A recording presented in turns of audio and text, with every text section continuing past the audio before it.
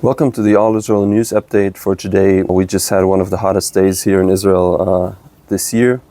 We're happy that now the sun has been going down a bit and it's a bit cooler. So the hot weather in this time of year in Israel is actually caused by a hot desert storm. It's called sharav in Hebrew or chamsin in Arabic. So Israel is now just a few days past after another kind of desert storm that came from the east. Actually, the Iranian regime attacked us a few days ago, as you may know. We've not been talking about much else these past days, obviously.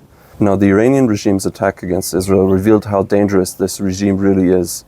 It truly revealed its face, instead of just attacking us by proxies as they did during the past 20 years, really. Now, for the first time, they attacked us directly. And of course, we don't even want to think about how dangerous they would be if they would reach their goal and get nuclear weapons and thus have the backing to do what they want. Basically, with the threat in the background, they could use their nuclear weapons. We see a similar scenario to this in the war with Ukraine right now, where Russia is implicitly threatening to use their nuclear missiles or nuclear bombs to, in the case that NATO would attack it directly or continue supporting Ukraine with more and more dangerous weapons. So same scenario could be happening in this region. Now, looking at this threat by Iran, something truly remarkable that happened here with the Iranian attack is that for the first time, openly Sunni Arab countries in the region that used to be our enemies, they stood by our side. They for different reasons and rationales, but they stood by our side. They shot down part of the drones and missiles that flew towards Israel. Now, the Jordanian kingdom did this very publicly. Jordanian aircraft and fighter jets took an active part. They shot down several of the Iranian missiles and drones that flew towards Israel. Now, apart from Jordan, in the first couple of days, there were reports that Saudi Arabia took part in this as well, but they didn't say it publicly. So 2 or 3 days later, I think yesterday, the first time it was publicly announced, that Saudi Arabia said, yes, we took part. We actually helped to shoot down drones and missiles that flew towards Israel. And this is a remarkable development. So how did this happen?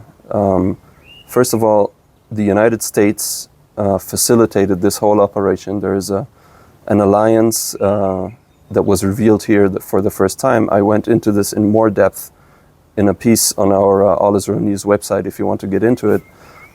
But basically, the United States facilitated the operations with their bases that are across the Middle East. And then allied nations like Saudi Arabia, the United Arab Emirates also, Jordan and some other countries gave access to their radar facilities and to their capabilities, and basically told the US as soon as the drones and missiles were launched, told them where they were launched and what their trajectory was. And the US collected all the data and then gave it to Israel, and the Israeli Air Force could go out and start shooting down the threats, of course with the help of the US and several other nations like UK and France, who also took part with their fighter jets. This remarkable development shows a couple of things. It shows first that Israel doesn't have a beef, as they say. Israel doesn't have a fight with Sunni Arab nations per se. This, for a long time, was just taken as a given that Israel and Sunni Arab states are at war. Now, Israel and Jordan have had peace for 30 years almost. Since 1994, there was a peace between Israel and Jordan, but it was also always a very cold peace. It's a peace between governments. Most of the people in Jordan are actually Palestinians, and they don't like Israel for obvious reasons. But the kingdom, the Jordanian royal house, has always had close security cooperation with Israel, so this isn't that surprising. But still, this shows that even with the Gulf countries, where there has been a lot of development in recent years, more ties have been developed, even trade ties and even touristic ties. Many Israelis have gone to the Gulf countries, visited the Gulf countries since the Abraham Accords. So all of this shows that there isn't an inherent fight between Israel and the Sunni countries here in the area. And it shows that around the common threat of an aggressive Iran, of a possibly nuclear Iran, Israel and its neighbors can come together and work together, which of course can be a basis for peace later on. For now, it's important to say that this is based on common interest. There isn't more love or more of a relationship between Israel and the Jordanian people. Unfortunately, for now, it's unclear in the other countries as well. Saudi Arabia and the United Arab Emirates, the people there seem to be more friendly to Israel, but we can't say that for sure. But let's hope it continues to develop. And by the way, speaking of Sunni Arab countries, Israel also doesn't have to have a fight with Shia countries. Now, Iran is the major Shia country in the world, actually. There are a couple of majority Shia nations in the Middle East. Lebanon has a sizable Shia Muslim population. Hezbollah is a Shia organization. Iraq is actually a majority Shia country as well. But Israel does have close ties with Azerbaijan, which is also a Shia majority country. They are Turks or Azeri Turks. They aren't Arabs. But still, there is a chance for peace here. There isn't an inherent fight between Israel and all of these nations, really, if they would want to. Now, Iran is a different beast. Iran has a revolutionary ideology, and they are bent on the destruction of Israel.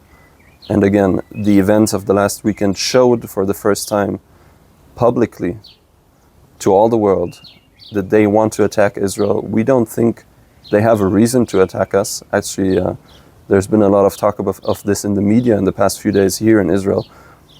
People always are saying, we don't know why the Iranians attack us, really. The Palestinians, we can understand, but the Iranians, they're so far away. We don't have a territorial dispute between them. It really is religious, it's ideological, and it's spiritual. So let's continue to pray for that in this regard. Looking to the future, this is surely a positive development. Again, it's important to notice that there isn't some great improvement of ties between the people, but at least the governments are close and growing closer. Saudi Arabia and Israel were very close to normalizing their relations before October 7th. And after some difficulties these past months over Israel's policy in the Gaza Strip and the way it's been handling the war, we hope that Saudi Arabia is now coming closer and going back to normalizing with Israel. That's something we hope very much. So tell us what you think about all of these developments. Leave a comment. Tell us what you think the chances are that Israel and the rest of the region will grow closer around this common desire to stand against the threat of Iranian aggression.